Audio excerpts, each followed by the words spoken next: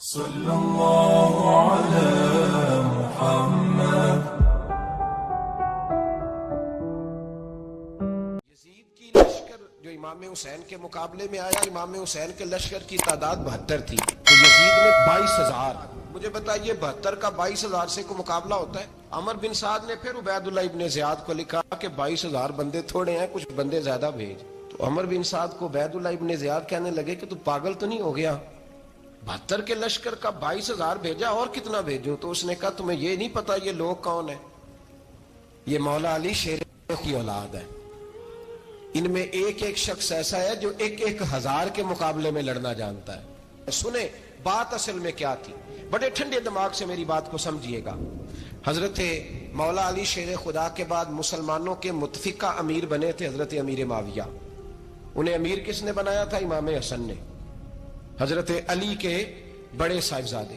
حضرت امام حسن نے ان سے صلح کی، انہیں خلافت دی، اور صحیح بخاری میں نبی پاک نے فرمایا تھا میرا بیٹا حسن سردار ہے، جب مسلمانوں کی جماعتوں میں لہو بہ جائے گا تو حسن ان کی صلح کرا دے گا۔ وہ صلح امام حسن نے کرائی، جناب امیر معاویہ امیر بن گئے۔ حضرت امیر معاویہ رضی اللہ تعالیٰ عنہ بڑا پیار کرتے تھے نبی پاک سے، بڑا احترام کرتے تھے حضور کے خاندان کا۔ ان کی جو اجتہادی خطائیں ہیں وہ اپنی جگہ پہ موجود ہیں، چونکہ امام حسن نے ان سے صلح کر لی، لہذا ہم بھی ان کے بارے میں کوئی جملہ کہنے کے مجاز، ہماری مجبوری امام حسن ہے، اس لیے کہ جسے امام حسن صحیح کہے پھر امام حسن کے ماننے والے کو اسے غلط نہیں کہنا چاہیے۔ حضرت امیر معاویہ رضی اللہ تعالیٰ عنہ کا جب وصال ہوا تو حضرت امام حسن پہلے ہی ان سے وصال کر گئے، آپ کو زہر دے دیا گیا، آپ شہید ہو گئے۔ امام حسین موجود تھے، تو یزید کے بارے میں لوگوں نے کہا جناب امیر معاویہ سے کہ یہ ٹھیک ہے، مناسب ہے، اور بہادر ہے، دلیر ہے، وہ جو ہوتے ہیں نا خوش آمدی ٹولہ۔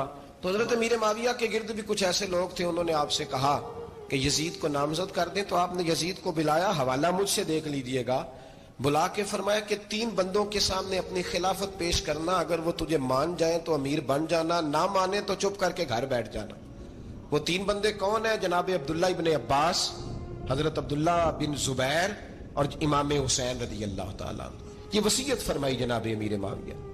ایک دن حضور گزر رہے تھے، اصل اس طرح تھا کہ یہ نبی پاک کا حجرہ تھا، جن لوگوں کو اللہ نے مدینے کی زیارت کرائی ہے وہ جان سکتے ہیں، نبی پاک کا حجرہ تھا، تو حضور کے حجرے کی اس جانب، یعنی مسجد کی جو بالکل سیدھ ہے اس کی بیک میں سیدہ فاطمہ رہتی، تو حضور اکثر نہ نماز کے لیے جب نکلتے تو حضرت فاطمہ کے حجرے کے پاس سے ہو کر دوبارہ محراب میں جاتے۔ محبوب حجرے کے پاس سے گزرے تو امام حسین رو رہے تھے، تو حضرت فاطمہ نے کسی بات میں جھڑک دیا تو امام حسین رونے لگے، تو نبی پاک نماز کے لیے گئے تو واپس لوٹ آئے، اور واپس تشریف لا کے کہا فاطمہ حسین کو کیا ہوا؟ عرض کی یا رسول اللہ تنگ کر رہے تھے، میں نے ڈانٹ دیا ہے۔ کیا خوبصورت جملے ہیں حدیث پاک میں، سرکار نے فرمایا فاطمہ اس کو حسین کو نہ رونے نہ دیا کر، یہ جب روتا ہے نا تو میرے دل کو تکلیف ہوتی ہے۔ تو بی بی صاحبہ کہتی ہیں یہ حکم آیا نبی پاک کا میرے نام، پھر میں نے ڈانٹنا چھوڑ دیا۔ یہ ان کے فضائل تھے کم، ان کی تربیت خود نبی پاک نے فرمائی۔ ہوا یہ کہ یزید جب امیر بنا نا، 2-3 چیزیں ہوتی ہیں جب کسی بندے کو قابو کرنا ہوتا ہے، 2-3-4-5 چیزیں ایسی ہوتی ہیں جس سے بندہ قابو آتا ہے۔ تو اس نے بھی فوری طور پہ، یزید نے دیکھا میرے لیے مسئلہ کیا بن سکتا ہے۔ ولید بن عتبہ اس وقت مدینے کا گورنر تھا، یزید نے اس کو خط لکھا کہ امیر عرب کا رواج آج بھی ہے کہ جب تک نئے خلیفہ کی بیعت نہیں ہو جاتی پرانے کے انتقال کی خبر ہی نہیں دیتے، اس کو رکھے رکھتے ہیں، یہ ان کا طریقہ ہے۔ وہ کہتے ہیں کہ ولی عہد اچھی طرح قبضہ کر لے پھر بتائیں گے۔ حضرت امیر معاویہ کا وصال ہو گیا، بتایا نہیں۔ یزید نے اب کیا کیا، کیونکہ بڑا چلاک آدمی تھا، بڑا شاطر تھا، بڑا تیز تھا، اس نے ولید کو خط لکھا، کہنے لگا کہ فوری طور پہ عبداللہ ابن عباس کو بلاؤ اور اسے کہو میری بیعت کریں۔ یہ جو بیعت ہوتی تھی نا، یہ بھی سن لے کیا ہوتی تھی، یہ بیعت حلف ہوتا تھا کہ میں اللہ رسول کے نام پہ حلف دیتا ہوں کہ میں یزید کی اطاعت کروں گا، میں اس کے خلاف کوئی بغاوت نہیں کروں گا، کوئی یہ بیعت لوگ سمجھتے ہیں کہ بس ہاتھ پکڑنے کا نام بیعت تھا۔ اس بیعت کا متبادل جمہوری ملکوں کے اندر ووٹ آیا ہے، تو کہا بیعت کرے، حضرت عبداللہ ابن عباس کو بھی بلاؤ، عبداللہ بن زبیر کو بھی بلاؤ، امام حسین کو بھی بلاؤ۔ امام حسین آدھی رات کے وقت بیٹھے تھے مسجد نبوی میں، چونکہ 5 نمازوں کی آپ امامت کرتے۔ امام حسین نماز پڑھا کے عشاء کی بیٹھے تھے، جناب عبداللہ بن زبیر۔ عبداللہ بن زبیر کون تھے؟ یہ نبی پاک صلی اللہ علیہ وسلم کی پھوپھی پوتے تھے اور جناب صدیق اکبر کے نواسے تھے۔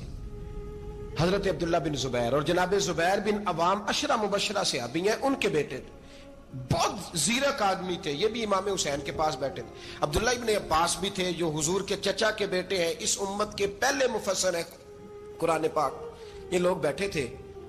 تو ولید نے ایک بندہ بھیجا، اس نے آ کے کہا جناب آپ کو گورنر صاحب نے بلایا ہے۔ تو عبداللہ بن زبیر کہنے لگے حسین اس وقت بلانے کی بات سمجھ میں نہیں آئی۔ تو امام حسین بڑے بصیرت والے تھے، اللہ نے بصیرت دی تھی، کہنے لگے عبداللہ آپ کو سمجھ نہیں آئی، مجھے سمجھ آ گئی ہے، امیر معاویہ وصال کر گئے، اور یہ ہمیں جو بلایا گیا ہے نا، یہ یزید کی بیعت کے لیے بلایا گیا ہے۔ تو کہا پھر آپ آدھی رات کو نہ جائیں، آپ کے لیے خطرہ ہوگا۔ تو امام حسین فرمانے لگے خطرہ حسین کو نہیں ہوتا، نہیں کہا پھر بھی آپ مہربانی کریں ذرا احتیاط سے جائیں۔ تو جناب عبداللہ ابن زبیر نے، عبداللہ ابن عباس نے 14 بندے نیزے دے کے، تلواریں دے کے امام حسین کے ساتھ بھیجے، اور کہا کہ امام حسین اگر اس نے کوئی غلط ملت بات کی نا، زبردستی بیعت کرنے کا کہا، تو آپ بس کوئی ایک بات اونچی آواز میں کر دینا، یہ سپاہی پیچھے آ جائیں گے۔ امام حسین ان 14 بندوں کو لے کے گورنر ہاؤس پہنچ گئے۔ جب آپ وہاں پہنچے، اس نے بتایا، اس نے کہا جی حضرت امیر معاویہ انتقال کر گئے اور آپ نے یزید کی بیعت کرنی ہے۔ تو امام حسین فرمانے لگے میں چھپ کے بیعت نہیں کروں گا، مجمع لگاؤ، جمعے والے دن اعلان کرو، جو طریقہ ہے حضرت ابوبکر صدیق کا، جو طریقہ ہے حضرت عمر فاروق کا، جو انداز حضرت عثمان غنی کا ہے، جو مولا علی کا ہے، سرے عام اعلان کرو، اگر ساری دنیا یزید کی بیعت کرے گی تو میں بھی تیار ہوں۔ تم مجھ سے بیعت لے کے پھر لوگوں کو بتانا چاہتے ہو کہ حسین بیعت ہو کر رہے ہیں، تو تم کیوں نہیں کر رہے؟ میں عام آدمی نہیں ہوں، لہذا چھپ کے بیعت نہیں کرتا۔ جب یہ بات کی نا، تو ولید بڑا نرم دل تھا اور امام حسین کی شان کو جانتا تھا، وہ جانتا تھا یہ نبی پاک کا خاندان ہے۔ اس نے کہا جی مجھے تو حکم تھا، باقی آپ حضور کے نواز ہیں، میں کر کچھ۔ وہاں ایک بڑا بدبخت شخص بیٹھا تھا، عبد الملک بن مروان، وہ ولید سے کہنے لگا کہ اگر حسین آج تمہارے ہاتھ سے نکل گئے تو تمہارے لیے بہت بڑا مسئلہ کھڑا ہو جائے، انہیں جانے نہ دینا، یا بیعت کراؤ یا ان سے کہو جنگ کے لیے تیار ہو۔ تو حسین رضی اللہ تعالیٰ عنہ کے کانوں میں آواز گئی تو فرمانے لگے ابن مرجانہ، اگر تیرے اندر جرت ہے تو آ سامنے حسین کے، اس کے کانوں میں باتیں نہ کر، کانا پھوسی نہ کر، باہر آ میدان میں، شرارت نہ کر، باہر آ، میں تمہیں ابھی بتاتا ہوں کہ حسین سے مقابلہ کرنے کا انجام کیا ہے۔ یہ کہہ کہ امام حسین باہر نکلے، اپنے بھائی محمد بن انفیہ کو بلایا، عبداللہ بن زبیر، عبداللہ ابن عباس، ڈھیر سارے لوگ اکٹھے ہو گئے، فرمایا یہ معاملہ ہے، اب کیا کرنا ہے؟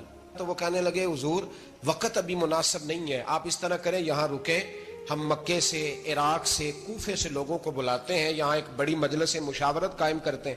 امام حسین فرمانے لگے اگر تم مشاورت قائم کرو گے تو ولید اور عبد الملک بن مروان وہ تو جنگ کرنے کو تیار ہے، اور نبی پاک نے فرمایا ایک مینڈا ہوگا جس کی وجہ سے مدینے کی گلیوں میں لہو بہے گا۔ فرمانے لگے میں وہ بکرا، وہ مینڈا نہیں بننا چاہتا۔ کہا پھر آپ کیا کریں گے؟ تو امام حسین رو پڑے، فرمانے لگے میں مدینہ چھوڑ جاؤں گا لیکن مدینے کی حرمت پامال نہیں ہونے دوں گا۔ امام علی مقام آدھی رات کے وقت نکلے، سیدہ فاطمہ کا دروازہ ایک اس دن تھا جس دن حضرت مولا علی کوفے چلے گئے، اور دوبارہ آج تالا لگا جب امام حسین نکلے۔ آپ جنت البقیع کے پیچھے کھڑے ہو کے حضور کا روضہ دیکھنے لگے، اس وقت گنبد تو نہیں ہوتا تھا، روضہ دیکھنے لگے۔ نانا تیرے کرم کے خزینے کی خیر ہو، میں جا رہا ہوں تیرے مدینے کی خیر ہو۔ سارا خاندان لے گئے، مکے تشریف لے گئے، حج کے ایام قریب آنے والے تھے۔ امام حسین نے وہاں لوگوں سے باتیں کی۔ جب امام حسین وہاں پہنچے تو کوفے سے خط آنے لگے۔ کوفہ حضرت علی کا دار الخلافہ تھا، وہاں آپ کے محبین، پیار کرنے والے ڈھیروں تھے، انہیں خط لکھے کہ حضور آپ چپ کر کے بیٹھے ہوئے ہیں اور ہمارے اوپر یزید مسلط ہو گیا ہے، آپ اگر میدان میں نہیں نکلیں گے، آپ نہیں آئیں گے تو ہم اللہ کی بارگاہ میں شکوہ کریں گے کہ کوئی ہماری کمان کرنے کو تیار ہی نہیں ہوا۔ اور وہ خط 1 2 3 نہیں آئے، وہ خط اتنے تھے کہ 3 بوریوں میں بھرے تھے امام حسین، 3 بوریوں میں۔ اب مجبوری ہو جاتی ہے، حق کے لیے کئی دفعہ بات کرنا مجبوری ہوتی ہے، اگر نہیں کرے گا تو پھر اس کو بھی قبر میں جواب دینا پڑے گا۔ امام علی مقام رضی اللہ تعالی عنہ نے مکے میں اب لوگوں کو جمع کیا مشورے کے لیے۔ ہر بندے نے کہا حضور وہ بلا تو رہے ہیں پر اپنے وعدوں کے پکے۔ کہا حضور وہ پکے نہیں، آپ نہ جائیں۔ ہر بندے نے کہا حالات ٹھیک نہیں، حالات گراؤنڈ ریالٹی صحیح نہیں، یہی مشورہ آج بھی ہر بندہ دیتا ہے، ابھی حالات نہیں۔ اتنے خراب حالات کبھی نہیں ہوئے تھے جتنے امام حسین کے دور میں تھے۔ لیکن فرمایا میں دین کے خلاف غلط حکمران کو مسلط ہونے کی اجازت، بول کے بتائیے، بول کے، غلط حکمران کو مسلط ہونے کی اجازت، مزاحمت کروں گا، مخالفت کروں گا۔ امام کہنے لگے کوئی بات نہیں، وہ میرے ساتھ چلے نہ چلے لیکن میں کوفے جاؤں گا، وہ لوگ میرے ساتھ کھڑا ہونے کو تیار ہے تو وہ جھوٹ ہے یا سچ ہے پر میں چلوں گا۔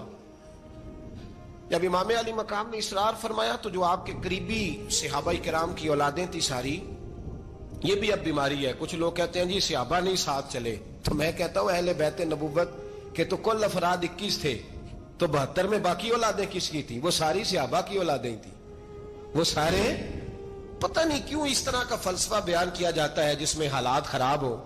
حضرت سیدنا امام علی مقام کو جب بہت زیادہ کہا گیا نا تو امام حسین رضی اللہ تعالیٰ عنہ نے فرمایا چلو میں ایک کام کرتا ہوں، مسلم بن عقیل کو بھیجتا ہوں، حضرت علی کے بھتیجے ہیں، امام حسین رضی اللہ تعالیٰ عنہ کے چچا کے بیٹے ہیں، حضرت عقیل کے صاحبزادے مسلم بن عقیل، بڑے سمجھدار آدمی تھے، معاملہ فہم تھے، بڑے جری تھے، اتنا زبردست مشورہ کم لوگ دیتے ہیں جتنا حضرت مسلم بن عقیل دیتے تھے۔ ان کو بھیجا گیا کوفے۔ اب اس میں بڑی تفصیل ہے، وہ اپنے 2 بچے بھی لے گئے۔ جب وہ کوفے پہنچے نا تو کوفے پر جناب نعمان بن بشیر کی حکومت تھی، آپ گورنر تھے اور اہل بیت سے بڑی عقیدت رکھنے والے، نرم رویہ۔ عبید اللہ ابن زیاد کوفے کا گورنر نہیں تھا، یہ کسی اور علاقے کا تھا۔ جب آپ وہاں پہنچے تو نعمان بن بشیر نے دیکھا کہ حضرت مسلم بن عقیل آئے ہیں تو لوگ دوڑے ان کی بیعت کرنے، بھاگے، اتنے لوگ جمع ہوئے کہ ایک دن میں 17,000 آدمی نے بیعت کر لی۔ کتنے بندے جی؟ 17,000 آدمی ایک دن آیا۔ اب وہ جو امام مسلم بن عقیل کے وہاں نعرے لگانے والے تھے کہنے لگے حضور یہ پہلے دن کی کارکردگی ہے، 2-4 دن میں دیکھیے کیا ہوتا ہے۔ 2-4 دن میں کیا ہوا؟ 40,000 آدمی نے بیعت کر لی۔ اب وہ 40,000 بندہ تیار ہو گیا۔ ادھر سے جو یزید کے وفادار تھے انہوں نے خط لکھا یزید کو کہ تو نے بڑا نرم آدمی گورنر بنایا ہے اور 40,000 بندہ چلا گیا حسین کی طرف، اگر ایک دن مسلم بن عقیل اور رہے تو جو تمہارا گورنر بیٹھے ہیں نا جناب نعمان بن بشیر، ان کو گورنر ہاؤس سے نکال کے مسلم بن عقیل قبضہ کر لیں گے، تو چپ کر کے بیٹھا ہے۔ یزید بڑا تیز تھا، اس نے ایک آدمی گھوڑے پہ دوڑایا۔ عبید اللہ ابن زیاد ایک اور علاقے کا گورنر تھا پر بڑا ظالم سا بدماش تھا، بڑا سخت گیر آدمی تھا۔ اس کو کہا کہ تو پہلے ایک صوبے کا گورنر ہے، جا تجھے دوسرا صوبہ بھی دیا۔ اس طرح کار فوری طور پہ کوفے پہنچ اور جا کے مسلم بن عقیل کو گرفتار کر، جو آدمی ان کا ساتھ پھر بھی دے اسے قتل کر دے۔ اس نے کیا کیا؟ وہ آدھی رات کو آیا، منہ چھپایا، جبہ پہنا، لوگ سمجھے امام حسین آ گئے۔ بہت سارے لوگوں نے اس کے نعرے بھی لگائے۔ وہ چپکے سے داخل ہوا اندر، اور چپکے سے داخل ہو کے اس نے سب سے پہلا کام یہ کیا کہ نعمان بن بشیر رضی اللہ عنہ کو معزول کیا، کوفے کے گورنر اس پہ قبضہ کیا۔ پھر اس نے اسی وقت سوئے ہوئے سرکردہ لوگ، جس طرح ایک گاؤں کا چودھری دوسرے کا محلے میں قبیلوں کے جو لوگ تھے چودھریوں کو بلایا، کچھ کو سزائیں دی، کچھ کو سخت کہا، کچھ کو ان کے عیب گنوائے کہ وہ تمہارا فلانا مسئلہ پھر خراب کر دوں گا، بلیک میل کیا۔ صبح ہونے تک حالات اگر تم نے میرے قابو میں نہ کیے تو یاد رکھنا بڑا مشکل ہوتا ہے حق پہ کھڑا ہونا، بڑی چیزیں لوگوں کو یاد آتی ہیں، اللہ جانتا ہے۔ پہلے کچھ ہوتا ہے، بعد میں معاملہ کچھ ہوتا ہے۔ حضرت مسلم بن عقیل کے ساتھ جس دن عبید اللہ ابن زیاد آیا 40,000 کا لشکر تھا۔ اگلے دن صبح ہوئی، اگلے دن تو یہ حال ہو گیا کہ آپ جب کوفے کی جامع مسجد میں زور کی نماز کے لیے گئے تو 5-7 ہزار آدمی نماز پڑھنے آیا، اور جب مغرب کا وقت آیا تو لوگوں نے چند ہزار لوگ رہ گئے، نماز کی نیت باندھی۔ توجہ کرنا میری بات پہ، ایک مسئلہ بھی سمجھ میں آئے گا۔ لوگوں نے نماز کی نیت باندھی تو حضرت مسلم بن عقیل امامت کر رہے ہیں، ہاتھ باندھے ہوئے ہیں، تو بہت سارے لوگوں نے پیچھے ہاتھ چھوڑ دیے۔ ایک بندے نے دوسرے سے پوچھا وہ ہاتھ کیوں نہیں باندھتے؟ کہنے لگے اگر عبید اللہ ابن زیاد کے کسی بندے نے دیکھ لیا نا تو ہم اسے کہیں گے ہم تو نماز پڑھ ہی نہیں رہے تھے، ویسے ہی کھڑے تھے، ہاتھ ہی نہیں باندھے سرے سے۔ جب نماز کی امامت باندھی تو 10-11 صفیں تھیں۔ جب مسلم بن عقیل رضی اللہ تعالیٰ عنہ نے سلام پھیرا تو پیچھے بندہ ہی کوئی نہیں تھا۔ حضرت مسلم بن عقیل کو گرفتار کیا گیا۔ عرب کا رواج تھا دشمن کو سخت سزا دیں تاکہ باعث عبرت بنے۔ بہت اونچا مینار تھا کوفے کا، گورنر ہاؤس کا، اوپر لے جا کے جناب مسلم بن عقیل کو زمین پہ گرایا گیا، اور جب وہ شہید ہو گئے تو شہید ہونے سے ایک رات پہلے وہ خط لکھ چکے تھے امام حسین کو کہ آپ آ جائیں، حالات بڑے اچھے ہیں۔ خط ملا تو امام حسین مکے سے کوفے کی جانب چل پڑے۔ امام علی مقام رضی اللہ تعالیٰ عنہ جب چل پڑے، تشریف لا رہے تھے تو رستے میں فرزق شاعر ملا، بڑا محب اہل بیت تھا۔ رستے میں ملاقات ہوئی، اللہ اکبر، حضرت مسلم بن عقیل جب گرایا شہید ہو گئے تو پھر اس نے اس طرح کیا کہ آپ کی لاش کو لٹکا دیا چوک میں۔ لوگ دیکھتے تھے تو عورتیں بچوں کہتی تھی تو نے باہر نہیں نکلنا، ہم نے نہیں امام حسین کے ساتھ چلنا، بس بڑا خوف ہے، کوئی بندہ نہ باہر نکلے، کوئی نہیں ضرورت، ہمیں حالات بہتر ہوگی تو دیکھی جائے گی۔ آج کتنے لوگ ہیں، کتنی دیگیں پکی، کتنی نیازیں بٹی، کیا کچھ ہوا؟ آپ ناراض نہ ہونا، میں آپ میں سے ہوں، آپ مجھ سے ہیں، یہ بات آپ کی نہیں میری سب کی ہے۔ آج بھی اگر امام حسین کے نام پہ جان دینے کی باری آئے گی تو دیگیں رہ جائیں گی۔ ناراض تو نہیں ہو گئے آپ لوگ؟ فٹافٹ مائیں کہیں گی باہر نہیں جانا، بالکل پتر سانو کی لگے، سارا دن کوئی ہمارے لیے؟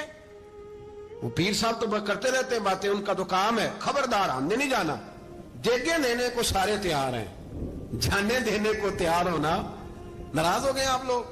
چلو کوئی نہیں، ہو جاؤ، خیر صلی اللہ ہے، بات تو ٹھیک کر رہا ہوں نا۔ حضرت امام حسین رضی اللہ تعالیٰ عنہ نے فرزق شاعر رستے میں ملا تو امام حسین کو کہنے لگا کہاں جا رہے ہیں؟ فرمایا میں کوفے جا رہا ہوں۔ کہنے لگا حضور نہ جائیے گا، لوگوں کے دل آپ کے ساتھ ہیں، تلواریں آپ کے ساتھ نہیں۔ سیدنا امام حسین رضی اللہ تعالیٰ عنہ کو آ کے کہا حضور وہ سارے کوفے والے مانتے ہیں کہ بات حسین کی ٹھیک ہے لیکن آپ کی سپورٹ نہیں کریں گے۔ اور اگلی بات فرزق نے یہ کی کہ حضور میں حضرت مسلم بن عقیل کی لاش کو لٹکی ہوئی دیکھ کے آیا ہوں کوفے کے چوک میں، بڑا ہی خوبصورت فکرہ ہے امام حسین کا۔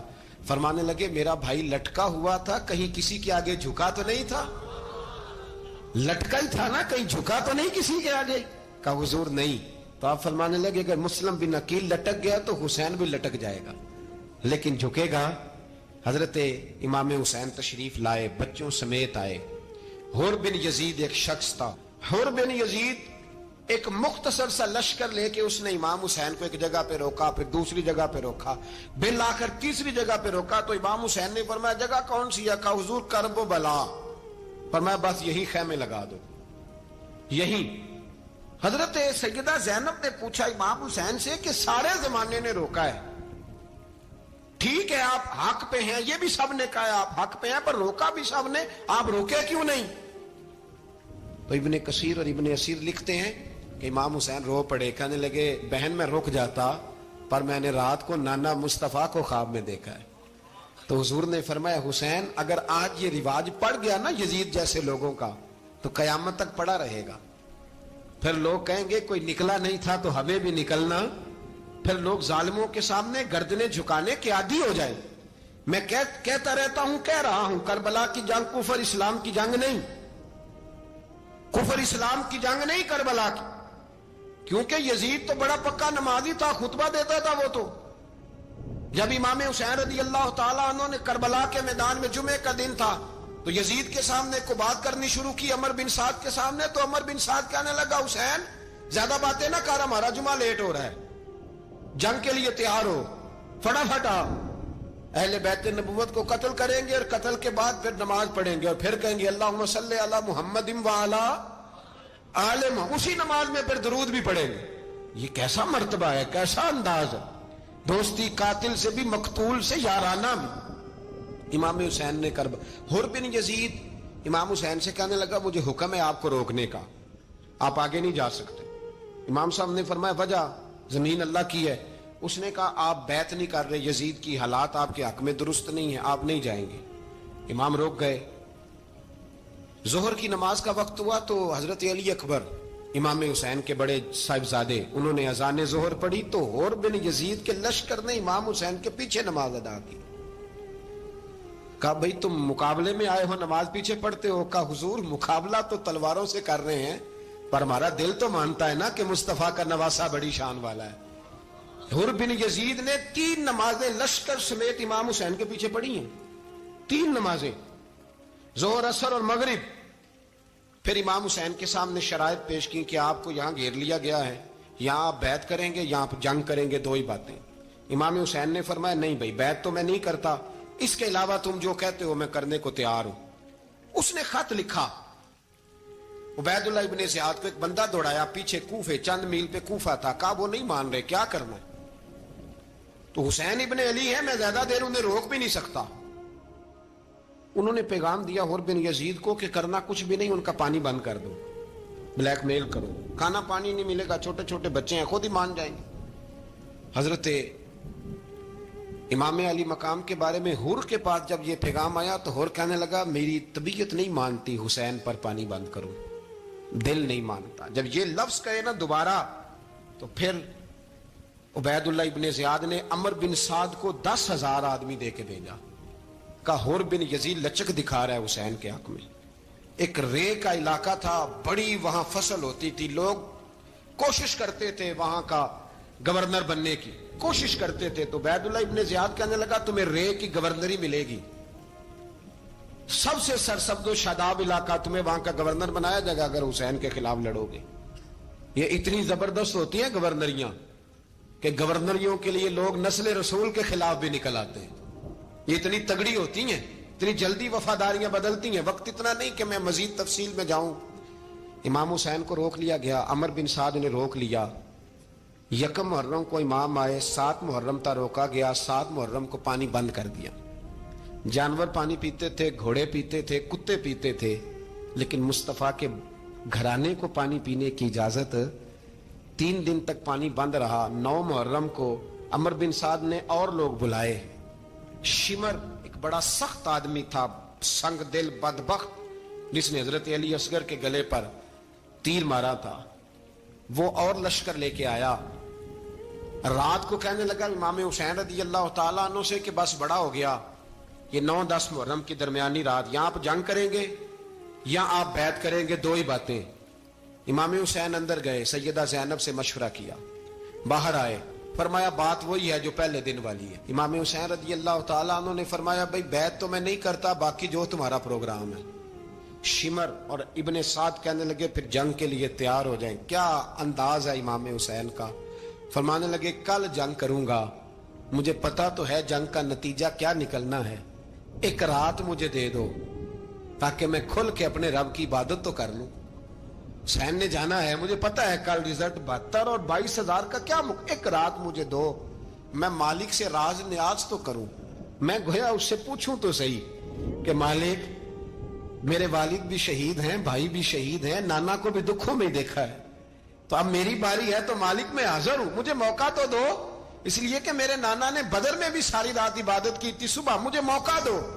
اور دنیا کا اصول ہے جب کوئی موقع مانگتا ہے تو دیا جاتا ہے. یہ دونوں کہنے لگے کوئی موقع نہیں. حر بن یزید پیچھے سے بولا, کہنے لگا نہیں بدتمیزی نہ کرو, حسین کو موقع دو, تمہیں دینا پڑے گا. موقع دیا. حر بن یزید نے پھر منت کی, کہا حضور آپ مہربانی کرے مان جائیں. فرمایا ماننے والا کھاتا کوئی نہیں. یہ بڑا مشکل کام ہے بھائی, ضمیر کا سودا اب تو عام ہو گیا, بازار لگتے ہیں, ریٹ لگتے ہیں, اپنی اپنی چاہتوں پہ لوگوں نے اپنے اپنے انداز سجائے ہوئے. کوئی آدمی بس اچھے طریقے سے نام لے لے تو بس ہم اس کے پیچھے چل جاتے ہیں. اب تو عام ہو گیا یہ معاملہ. امام حسین نے فرمایا ہو ہی نہیں سکتا, ممکن ہی نہیں ہے. ساری رات عبادت میں گزری, ریاضت میں گزری. تہجد کا وقت ہوا تو گھر والوں کو بلایا, فرمایا دیکھنا تمہاری سی کی آواز نہ باہر آئے, خبردار سی کی آواز نہ آئے. اور امام زین العابدین سے فرمایا تو بیمار ہے, تو جہاد نہیں کرے گا, لیکن خیال رکھنا پیچھے. اور بڑی قیمتی بات بتا رہا ہوں, ہماری بیویاں کسی کے گھر میت ہو جائے تو 4 دن بخار نہیں اترتا. امام علی مقام نے سیدہ زینب سے فرمایا تو بڑی ہے, میری بہن ہے, پیچھے سارے بچے ہیں, جوان ہیں, ان کے حوصلے تیری ذمہ داری ہیں. صبح جنگ کا طبل بجنے لگا, فجر کی نماز پڑھی, سورج چڑھا. 10 محرم کا دن, جمعے کا وقت. جناب سیدنا امام حسین رضی اللہ تعالیٰ عنہ نے ریت پر سجدے کیے, لمبے سجدے, لمبی نماز. سورۃ الشمس کی آیات دوسری رکعت میں پڑھی تو سارا کربلا گونجنے لگا. کیا انداز تکلم تھا امام علی مقام کا. نماز مکمل ہوئی تو حر بن یزید, عمر بن سعد اور شیمر سے کہنے لگے واقعی حسین سے لڑو گے, پتہ نہیں کون ہے.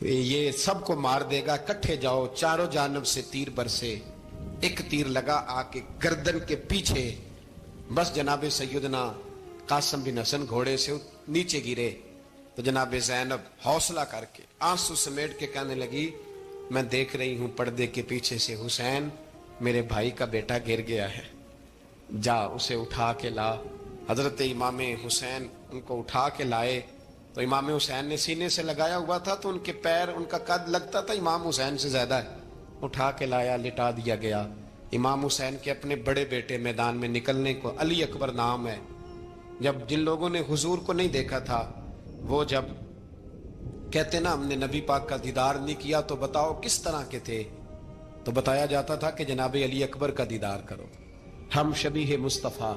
اور جب وہ گلیوں میں نکلتے تھے تو عورتیں چھتوں پہ چڑھ جاتی۔ جناب علی اکبر رضی اللہ تعالیٰ عنہ تلوار لے کے میدان میں نکلے، جوان بیٹے دینے بڑے مشکل۔ او یارو رٹا کیا ہے یہ تو بتاؤ، کہ ظالم آدمی حکمران، یار یہ رٹا ہے، ایک ظالم کا رستہ روکنا ہے، اس رٹے کے لیے ہم شبیہ مصطفیٰ۔ جناب سیدنا امام علی اکبر میدان میں نکلے، بڑے لوگ مارے، بڑے، پھر ایک تیر ان کے بھی گلے میں لگا، اور جب وہ گرے نا زمین پہ تو حضرت امام حسین دوڑ کے آئے، دوڑ کے، اور جب تشریف لائے تو ان کے گلے سے تیر کھینچا تو ایک جملہ لکھا ہے صاحب تبری نے، اس نے حد کر دی، کہنے لگے تیر کھینچا تو امام حسین کی آنکھوں میں آنسو آئے، کہنے لگے کاش جناب ابراہیم آج میرے سامنے ہوتے تو میں انہیں کہتا کہ آپ نے تو بیٹا ذبح کرتے وقت آنکھوں پہ پٹی باندھی تھی، دیکھو میں کھلی آنکھوں سے بچے ذبح کر رہا، کھلی آنکھوں، کاش جناب ابراہیم خلیل ہوتے تو انہیں کہتا۔ جناب علی اکبر بھی شہید ہوئے۔ حضرت علی اصغر کو تو اچانک اٹھایا تھا امام حسین، باہر نکلے تو گردن پہ تیر لگا تو 6 مہینے کا بچہ وہ بھی شہید ہوا، خون اچھالا آسمان کی طرف تو کہا مولا دیکھ لے میں نے 6 مہینے والا بھی نہیں بچایا، وہ بھی دے دیا ہے۔ پھر حضرت عباس کو بیٹیوں نے کہا کہ اب نہ، کچھ کہتے ہیں پہلے شہید ہوئے، کچھ نے لکھا بعد میں، کہ اب ہم سے پانی کے بغیر نہیں رہا جاتا، تو جناب عباس پانی کا مشکیزہ لے کے نکلے باہر، ایک ہاتھ کٹا، دوسرے پہ مشکیزہ وہ بھی کٹا، پھر پانی تو بھر لیا تھا لا نہ سکے، پھر گردن کٹی تو شہید ہوئے۔ بچوں کی بھی شہادت ہوئی، پر جب ان کا لاشا اٹھایا تو امام حسین کہنے لگے مولا اب نہ حسین کی کمر کمزور ہو گئی ہے، اب کمزور ہو، اور بھائی ایک میت ہو جائے تو 4-5 دن تو پوری آنکھیں نہیں کھلتی، کیسا جری خاندان ہے۔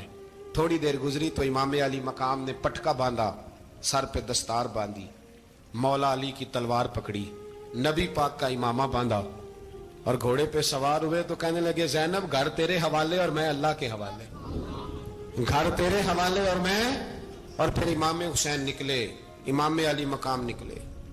راوی کہتے ہیں کہ یہ جلوہ پہلے بھی بڑے سونے تھے پر آج جو رنگ دیکھا وہ کبھی نہیں دیکھا، کیا انداز تھا، جدھر جاتے نعرہ لگاتے تو حد ہو جاتے۔ اتنے لوگ امام حسین نے کاٹے، اتنے کاٹے، پھر واپس پلٹ کے آئے اور کہنے لگے زینب ذرا پردے کے پیچھے سے دیکھ تو صحیح میری بہن، ان بزدلوں کو جرت ہی نہیں ہو رہی حسین کے مقابلے میں آنے، ایک دوسرے کو دھکا دیتے، تو جا تو جا، پھر اکٹھے وار ہوئے۔ یہ کون ہے کٹا ہوا، لباس ہے پھٹا ہوا، یہ بال یقین حسین ہے، نبی کا نور عین ہے۔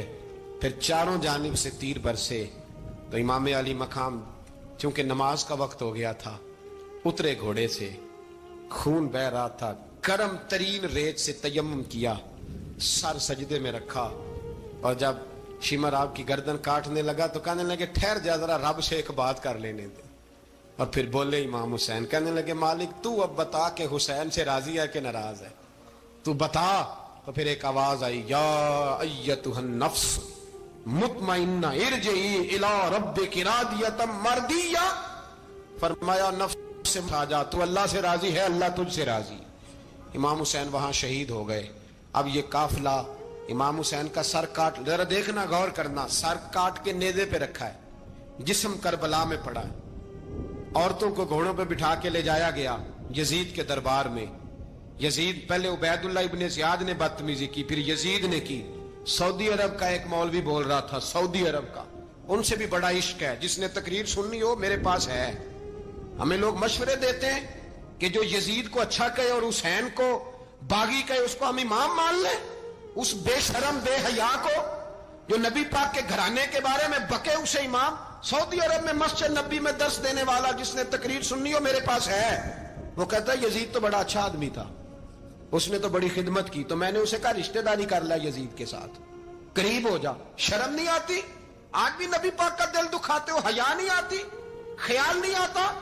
اور لوگ گھر میں بیٹھ کے باتیں کرتے ہیں, کہتے ہیں جی جو بیت اللہ میں ہو وہ بھی برا ہو سکتا ہے. بیت اللہ میں تو 360 بت بھی تھے, وہ اچھے تھے. مدینے میں تو 360 منافق بھی رہے, پوری سورہ منافقون نازل ہوئی, وہ اچھے تھے. عجیب تماشا بنا دیا لوگوں نے مذہب کا. وہ آج بک رہا ہے. آج میرے پاس ویڈیو آئی ہے, کہتا ہے یزید نے تو بڑی خدمت, تو عبید اللہ ابن زیاد نے قتل کیا.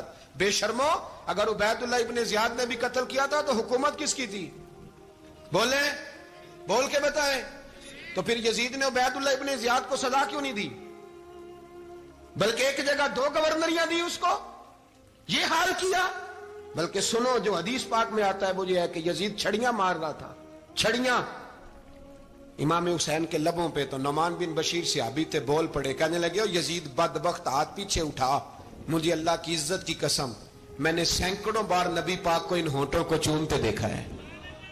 حضرت جناب زینب عورتوں کے مجمع میں پیچھے ہو کے بیٹھی ہیں. یزید کے پاس جب پہنچا لشکر تو یزید کہنے لگا دیکھو اللہ نے مجھے عزت دی اور میرے مخالفوں کا کیا حال ہوا. تو بی بی زینب بول پڑی, اتنے صدمے سہے پر آواز توانا ہے, جاندار ہے. حضرت سیدہ زینب نے جب سنا نا کہ یہ کہہ رہا ہے کہ مجھے اللہ نے عزت دی, تو جناب زینب بولی. نعمان بن بشیر کہتے ہیں بی بی بولی, اتنے صدمے ہیں پر جناب زینب بولی اللہ اکبر. اس انداز میں بولی کہ پہلے قرآن مجید کی آیت پڑھی, کہنے لگی وَتُعِزُّ مَن تَشَاءُ وَتُذِلُّ مَن تَشَاءُ بِيَدِكَ الْخَيْرُ إِنَّكَ عَلَىٰ كُلِّ شَيْءٍ قَدِيرٌ. اور پھر کہنے لگی یزید تو بکتا ہے, کہتا ہے کہ تو عزت والا ہو گیا, یہ تیری حکومت ہے, 4 دن گزرنے دے, تجھ پہ کوئی لعنت بھی نہیں برسائے گا, اور میرے بھائی کا قیامت تک ممبروں میں اور خطبوں میں ذکر ہوا کرے گا, وقت گزرنے دے. جب جناب بی بی زینب بول رہی تھی تو حضور کے ایک نابینا صحابی پاس بیٹھے تھے. جناب نعمان بن بشیر کا ہاتھ ہلایا, ہلا کے کہنے لگے کیا علی آ گئے؟ تو علی کی آواز لگتی ہے, جبریل امی بول رہے ہوں جیسے, حکمت کے گوہر رول رہے ہوں جیسے, دربار دمشق میں بی بی زینب کا خطاب, منبر پہ علی بول رہے ہوں جیسے. میرے بھائی بس کربلا والا قافلہ تو مدینے پہنچ گیا. 3 سال یزید نے حکومت کی, شرابیں عام ہو گئی, مکے پہ حملہ ہوا, خانہ کعبہ کا غلاف جلا, مدینے پہ اس نے حملہ کیا.